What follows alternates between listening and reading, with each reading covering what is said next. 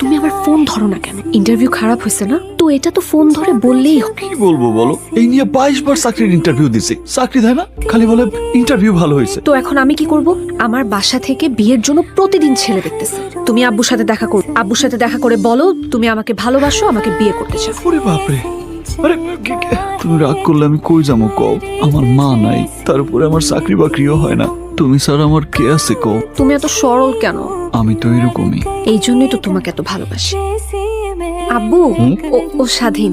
আসসালামু আলাইকুম। ওয়ালাইকুম আসসালাম। তুমি যাও, আমি ওর সাথে কথা বলছি। বলো কি বল, কথা বলো। তুমি তো জানো নিশাদ আমার একমাত্র মেয়ে, বিয়ে করে খাওয়াবে কি? তোমার তো একটা কিছু করতে হবে নাকি? কি আমি চাকরি করবো কি? চাকরি করবে? জি। এবার বলো তো কতদিন তুমি আমার কাছে সময় চাও? জি 2 মাস। আর যদি না পারো তাহলে কিছুই বলা যায় না কি হবে। আমি অন্য কারোর হাতে আমার মেয়েকে তুলে দিতে পারি।